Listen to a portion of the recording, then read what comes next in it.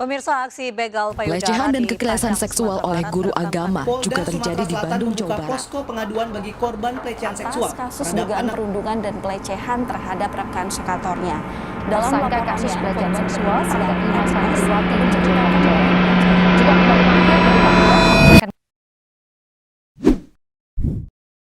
Perspective or opinion.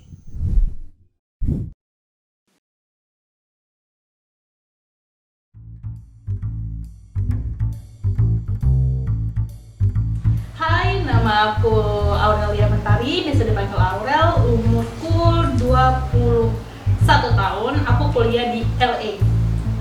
Halo, nama gue Rehan Ali, gue dari salah satu kampus di Jakarta Selatan, umur gue 22 tahun.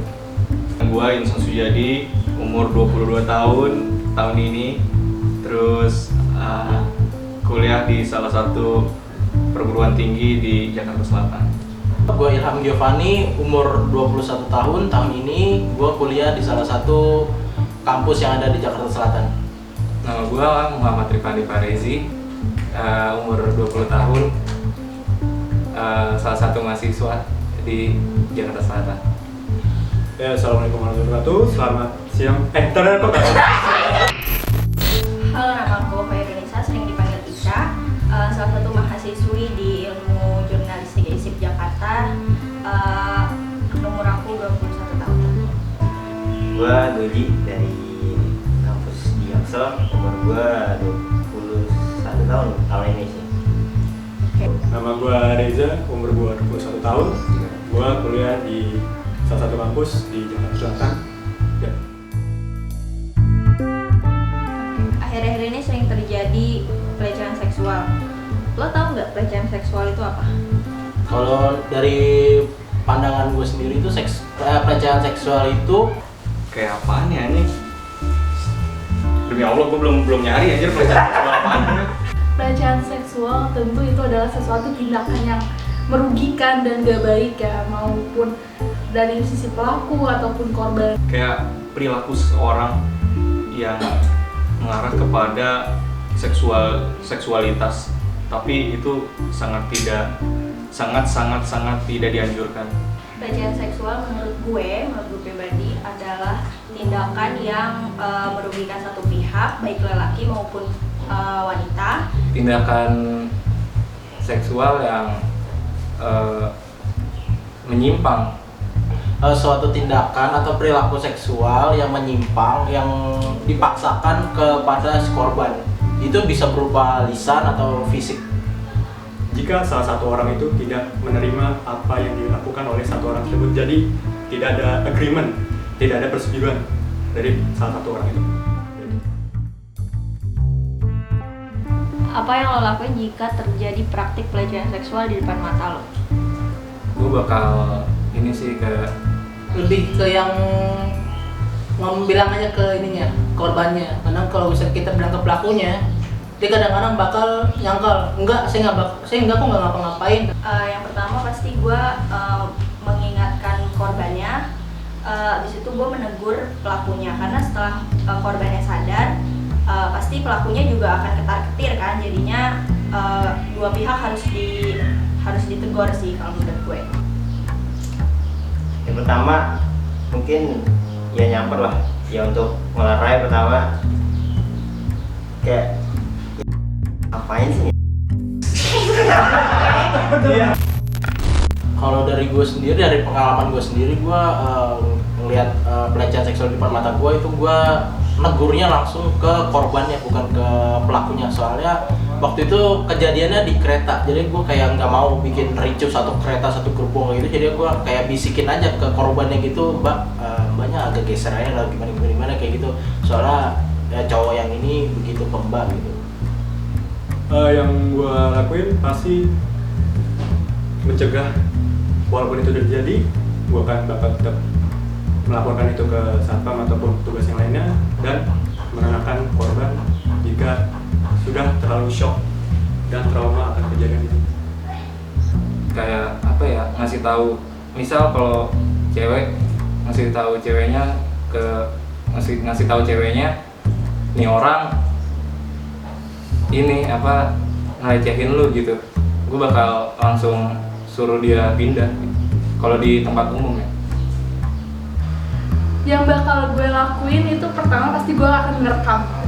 Gue bakal ngerekam kejadian tersebut sebagai barang bukti yang nantinya bisa untuk membantu si korban, lalu juga bisa membuat si pelaku ini jerak juga gitu akan perbuatannya. Nah setelah gue melihat itu, gue mau rekam, lalu gue tentu ke pihak korbannya sih, karena kan dimana di sini ada yang dirugikan adalah pihak korban, dirugikan secara mental, secara fisik dan lain sebagainya. Baru nanti bersama korban atas persetujuannya melaporkan si pihak tersebut, si pelakunya, karena kan kita juga nggak mungkin Pak, ini udah pelecehan loh, kan nggak mungkin kan. Jadi kita harus persetujuannya dulu dengan kita membawa bukti yang kita rekam tadi.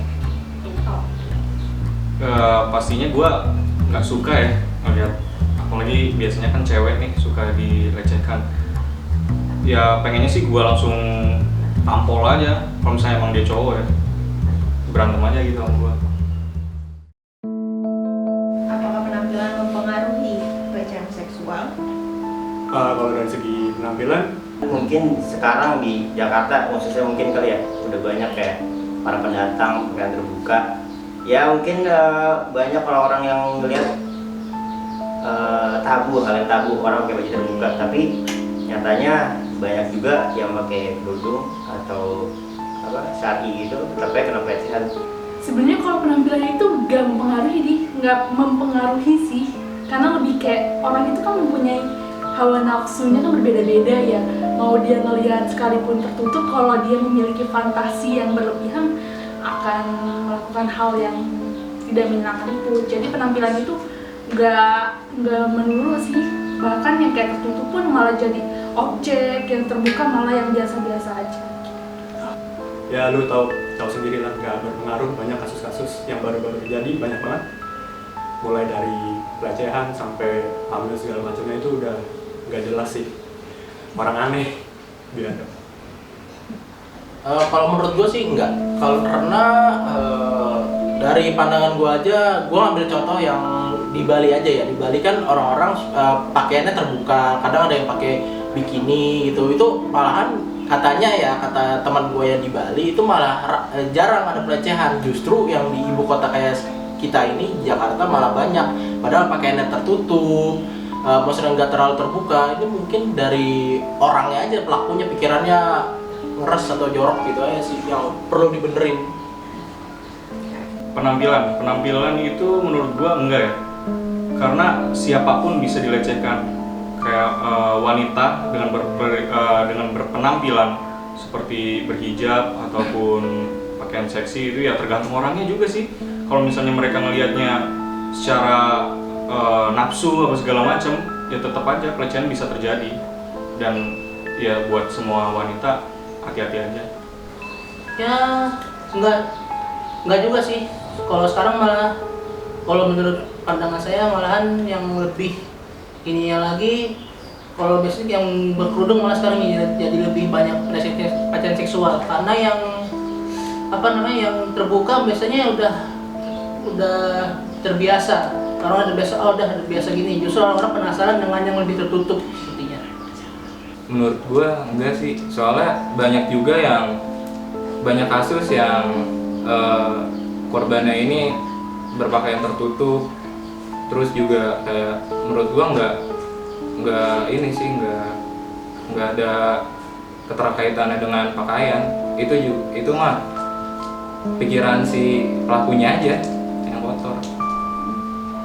Enggak sama sekali, karena marak banget terjadi akhir-akhir ini pelecehan seksual terjadi pada orang-orang yang justru pakaiannya nggak mencerminkan keterbukaan, bahkan yang pakai kerudung juga menjadi korban. Jadi kalau yang masih mikir pelecehan seksual terjadi karena pakaian, lo katrok banget sih. Menurut lo tindakan apa sih yang tergolong dalam pelecehan seksual?